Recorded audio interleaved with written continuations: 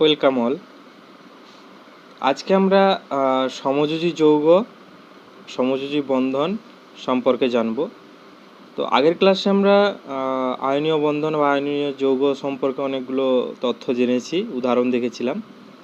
তো দেখলাম যে সাধারণত ধাতুগুলো তড়িৎযোজী যৌগ বা আয়নীয় যৌগ গঠন করেছিল। তো আরও কিছু প্রকৃতিতে পদার্থ রয়েছে, কঠিন পদার্থ বা তরল পদার্থ বা গ্যাসীয় পদার্থ, যেগুলো এই আয়নীয় বন্ধনের মাধ্যমে সৃষ্টি হয় না। সেক্ষেত্রে কি হয় না, সেক্ষেত্রে পরমাণুগুলো ইলেকট্রন জোড়কে বা ইলেকট্রনকে সমভাবে ব্যবহার করে যৌগ গঠন করে থাকে। সেগুলো হচ্ছে সমযোজী যৌগ। এই সমযোজী যৌগগুলোতে সাধারণত একটা কেন্দ্রীয় পরমাণু থাকে। যতগুলো পরমাণু দিয়ে যৌগটি গঠন হবে তার মধ্যে ওই কেন্দ্রীয় পরমাণুটি কোনটি হবে না, যতগুলো পরমাণু ব্যবহার হয়েছে তার মধ্যে যার যোজ্যতা সবথেকে বেশি সেই পরমাণুটা কিন্তু কেন্দ্রীয় পরমাণু হিসাবে কাজ করবে, আর বাকি পরমাণুগুলো তার সঙ্গে যুক্ত হয়ে যৌগ গঠন করবে। তো কি হয় ঘটনাটা না, এখানে কেন্দ্রীয় পরমাণু এবং যার সঙ্গে বন্ধন হবে সেই পরমাণু কি করবে, একটি করে ইলেকট্রন দান করবে। দুজনেই একটি করে ইলেকট্রন দান করলে কি হবে না, একটা ইলেকট্রন জোড় সৃষ্টি হবে। সেই ইলেকট্রন জোড়টাকে আমরা একটা বন্ধন হিসাবে দেখব, আর তাতেই কেন্দ্রীয় পরমাণুর সঙ্গে ওই অন্য পরমাণুটির একটা বন্ধন সৃষ্টি হবে। সেরকম শুধু এক বন্ধন নয়, দ্বিবন্ধনও থাকে, ত্রিবন্ধনও থাকে, অনেক যৌগ রয়েছে। আমরা যদি দেখি প্রকৃতিতে কতগুলি গ্যাসীয় পদার্থ, যেমন হচ্ছে hydrogen, oxygen, nitrogen, carbon dioxide, sulphur dioxide, nitrogen dioxide, এই সমস্ত যৌগগুলো কিন্তু সমযোজী বন্ধন গঠনের মাধ্যমে যৌগটি গঠন করে থাকে। এছাড়া কিছু তরল পদার্থ, জল, তারপর হচ্ছে জৈব যৌগ কিছু পদার্থ, যেমন হচ্ছে তোমার মিথেন, বেনজিন, টলুইন ইত্যাদি আরও অনেক পদার্থ রয়েছে। সেগুলো সাধারণত সবই এই সমযোজী বন্ধন গঠনের মাধ্যমে সৃষ্টি হয়ে থাকে। তো আজকে আমি তোমাদেরকে কতগুলো উদাহরণ দেখাবো কিভাবে সমযোজী বন্ধন গঠন হয় বা গঠনাকৃতি কী রকম হয়, বা তাদের মধ্যে সমযোজী বন্ধনের কতগুলো সমযোজী বন্ধন রয়েছে সেই সম্পর্কে আমি তোমাদেরকে দেখাবো। ঠিক আছে? একই প্রকার পরমাণু দিয়ে যদি কোনো অণু গঠন হয় তাহলে সে অণুটিকে বলা হয় থাকে মৌলিক অণু। যেমন হচ্ছে উদাহরণ হিসেবে তোমরা দেখো হাইড্রোজেন, H2 সংকেত। তো সেখানে কীরকমভাবে বন্ধনটা গঠন হয় না, এটা সমযোজী বন্ধন গঠন হয়। দেখতে পাচ্ছ ছবিটাতে যে একটা হাইড্রোজেন পরমাণু, দুটো ইলেকট্রন দেখানো হয়েছে, আর একটা হাইড্রোজেন পরমাণু দিয়ে একটা ডাম্বেলের মতো আকৃতি দেখতে পাচ্ছি। তো এক্ষেত্রে কি হয় না, এই ছবিটাতে দেখলে ক্লিয়ার হবে, একটা আমাদের ব্লু কালারের হাইড্রোজেন দেখাচ্ছি আর একটা গ্রিন কালারের হাইড্রোজেন দেখাচ্ছি। হাইড্রোজেনের যোজ্যতা তো এক, তোমরা জানো।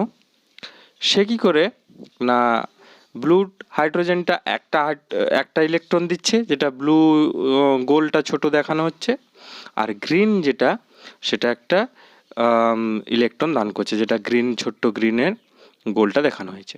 তো দুটো মিলে একটা বন্ধন তৈরি করছে, সেটাই হাইড্রোজেন বন্ধন হাইড্রোজেন হিসাবে কাজ করছে, বা হাইড্রোজেন পরমাণু এক বন্ধন হাইড্রোজেন পরমাণু। এখানে যদি আমরা দেখি, তোমাদের মনে প্রশ্ন আসতে পারে যে কেন্দ্রীয় পরমাণু কোনটা না, মৌলিক অণু যদি হয়ে থাকে তাহলে সেক্ষেত্রে সব পরমাণুগুলোই সমান হয়ে থাকে, তাহলে যে কোনো একটা কেন্দ্রীয় পরমাণু হিসাবে ব্যবহার হবে, বাকিটা অন্য পরমাণু হিসাবে কাজ করবে। প্রকৃত গঠনাকৃতি যদি দেখি তাহলে ঠিক এই চিত্রটাতে আমরা দেখতে পাবো। এই সংক্রান্ত যে চিত্রগুলো, এগুলো উঁচু ক্লাসে রয়েছে, এগুলো পড়বে। এবার বাকি উদাহরণগুলো দেখি, দিলে আরও আইডিয়াটা একটু ক্লিয়ার হবে। পরের উদাহরণটা হচ্ছে জল। যার রাসায়নিক সংকেত হচ্ছে H2O। এখানেও সমযোজী বন্ধনের মাধ্যমে যৌগটি গঠন হয়েছে। অক্সিজেন পরমাণু একটি এবং দুটি হাইড্রোজেন পরমাণু সমযোজী বন্ধন গঠন করে জলের অণু তৈরি করে। এক্ষেত্রে কেন্দ্রীয় পরমাণু হচ্ছে অক্সিজেন আর হাইড্রোজেন দুটো হচ্ছে অন্যান্য পরমাণু। তো অক্সিজেন কেন্দ্রীয় পরমাণু হিসাবে ব্যবহৃত হচ্ছে কিসের জন্য? না, এখানে অক্সিজেনের হচ্ছে যোজ্যতা 2 এবং হাইড্রোজেনের যোজ্যতা 1। তাই অক্সিজেনের যোজ্যতা বেশি হওয়ার জন্য সে কেন্দ্রীয় পরমাণু হিসাবে ব্যবহৃত হচ্ছে। তো এক্ষেত্রে কি হয় না, অক্সিজেন দুটো হাইড্রোজেন পরমাণুকে একটি করে ইলেকট্রন দিতে থাকে, আর হাইড্রোজেনও একটি করে ইলেকট্রন অক্সিজেনকে দেয়। তাই অক্সিজেন কি করে দুটো হাইড্রোজেন পরমাণুর সঙ্গে একটি একটি করে বন্ধন তৈরি করতে পারে। গঠন আকৃতিটা দেখো, তাহলে দেখতে পাবে। এর যদি গঠন আকৃতিটা বলি, এর হচ্ছে কৌণিক গঠন আকৃতি।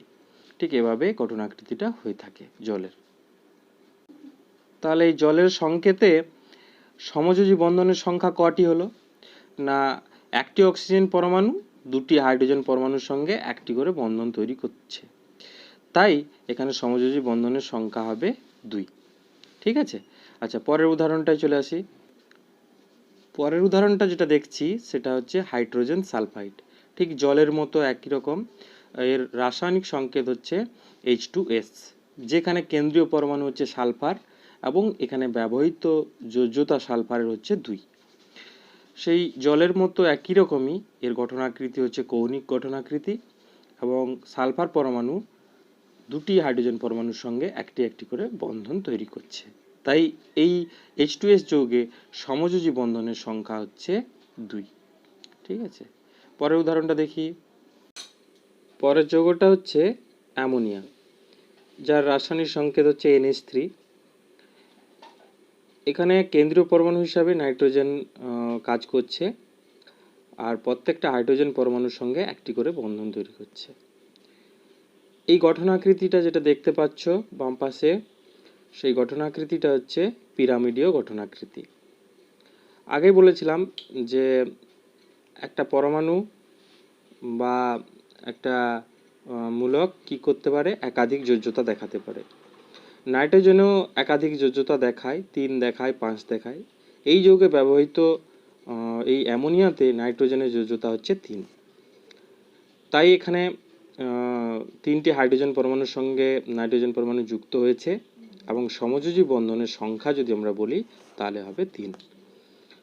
তো এই যে পিরামিডীয় গঠনাকৃতি তৈরি হচ্ছে, এই পিরামিডীয় গঠনাকৃতিটা কি এগুলো এখন নেই, উঁচু ক্লাসে আছে। আপাতত জেনে রাখো অ্যামোনিয়ার গঠনাকৃতি হচ্ছে পিরামিডীয়, আর এখানে সমযোজী বন্ধনের সংখ্যা হচ্ছে 3। ঠিক আছে। এবার দেখব মিথেনের গঠনাকৃতি। মিথেনের রাসায়নিক সংকেত হচ্ছে CH4, 4টে হাইড্রোজেন পরমাণু এবং একটি কার্বন পরমাণু। হাইড্রোজেনের যোজ্যতা তো 1 আর কার্বনের যোজ্যতা হচ্ছে 4। কার্বনে 4টা হাত থাকে, তো এখানে তাই 4টা হাতের দ্বারা 4টে হাইড্রোজেন পরমাণুকে ধরে রেখেছে। দেখতে পাচ্ছ এটা স্ট্রাকচারটা। এই স্ট্রাকচারটার নাম হচ্ছে টেট্রাহেড্রাল স্ট্রাকচার বা চতুস্তলকীয় গঠনাকৃতি। আর এই গঠনাকৃতিতে সমযোজী বন্ধনের সংখ্যা হচ্ছে 4টে। 4টে হাইড্রোজেনের সাথে একটি কার্বন একটি একটি করে বন্ধন করে মোট 4টি সমযোজী বন্ধন তৈরি করেছে। অ্যামোনিয়ার মতো PH3 বা ফসফিন গ্যাসের গঠনাকৃতিও পিরামিডীয় গঠনাকৃতি, যেখানে ফসফরাসের যোজ্যতা 3 এবং 3টি হাইড্রোজেন পরমাণুর সঙ্গে 3টে এক বন্ধন তৈরি করছে, সমযোজী এক বন্ধন। তাই সমযোজী বন্ধনের সংখ্যা হচ্ছে 3। পরের উদাহরণ যদি দেখি, PCl3 ফসফরাস ট্রাইক্লোরাইড, সেখানেও সমযোজী বন্ধনের সংখ্যা 3। এখানে কেন্দ্রীয় পরমাণু ফসফরাস, তার ব্যবহৃত যোজ্যতা হচ্ছে 3। এর পরের উদাহরণটা দেখি। পরের উদাহরণটা যদি আমি NCl3 দেখি, সেই NCl3ও একই রকমভাবে অ্যামোনিয়ার মতো গঠনাকৃতি, নাইট্রোজেন ট্রাইক্লোরাইড, নাইট্রোজেনের ব্যবহৃত যোজ্যতা 3 এবং 3টে ক্লোরিন পরমাণুর সঙ্গে এক বন্ধন করে তৈরি করেছে। মোট সমযোজী বন্ধনের সংখ্যা হচ্ছে 3। ঠিক আছে। সমযোজী এক বন্ধন শুধু হয় না, দ্বিবন্ধন হয়, ত্রিবন্ধন হয়। যেমন মৌলিক অণু আরেক প্রকার দেখাচ্ছি, অক্সিজেন। দুটো অক্সিজেন পরমাণু দ্বিবন্ধনের মাধ্যমে যুক্ত থাকে। কিভাবে হয় দেখো, দুটো করে ইলেকট্রন একটি অক্সিজেন পরমাণু সাপ্লাই করে দুটো বন্ধন গঠন করছে নিজেদের মধ্যে। একই রকমভাবে নাইট্রোজেনও যদি দেখি, মৌলিক অণু নাইট্রোজেন নিজেদের মধ্যে এন পরমাণু দুটো ত্রিবন্ধন গঠন করে। সেখানে একটা নাইট্রোজেন 3টে করে ইলেকট্রন শেয়ার করে। তো 3টে 6টা ইলেকট্রন বা 3 জোড়া ইলেকট্রন 3টে বন্ধন সৃষ্টি করে। এভাবে কিন্তু সমযোজী বন্ধনগুলো সৃষ্টি হয়। আমরা যদি প্রকৃতিতে দেখি, অসংখ্য যৌগ রয়েছে, বিশেষ করে জৈব যৌগগুলো, তো সবই প্রায় সমযোজী বন্ধন গঠনের মাধ্যমে সৃষ্টি হয়ে থাকে। ঠিক আছে, তাই সমযোজী বন্ধন সম্পর্কে জানা আমাদের কাছে গুরুত্বপূর্ণ। আজকে এই পর্যন্ত থাক।